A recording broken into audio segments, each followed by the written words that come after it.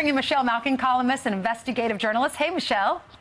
Hi there. Appreciated that intro. Thank you know, you. in baseball, you get to pick your own music when you walk up to the plate. Did you pick that song?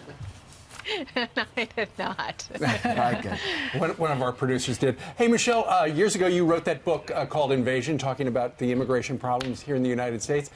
There's a story out this morning. One of the people who was in the caravan has since been released into the United States. Apparently, a 19-year-old pregnant woman from Honduras by the name of Mary Uri Hernandez was arrested after she entered Imperial Beach, California. She apparently climbed over the border wall from Tijuana. As soon as she was down on the ground in American soil, she was arrested. And a couple of days later, apparently, she gave birth to an American citizen. And she said that her goal was to join her family in Columbus, Ohio, and giving birth on U.S. soil was a big reward for the long journey in the caravan. What do you say about that?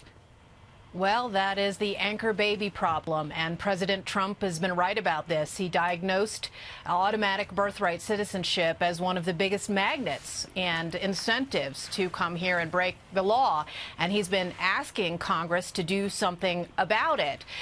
You can build 50-foot, 100-foot walls all along the 2,000 miles of the southern border, but if you don't turn off these magnets, it's going to result in a continued flow, and we're going to see these caravans over and over and over again.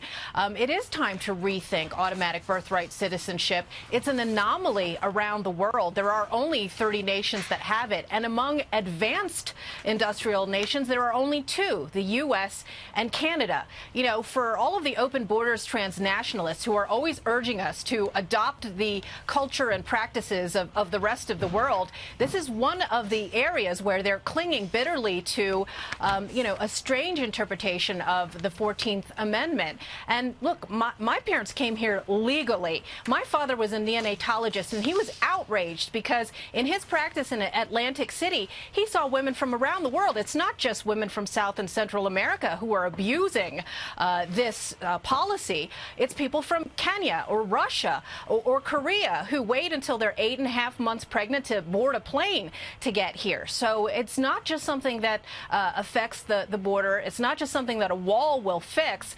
And unfortunately, people in both parties don't want to address it.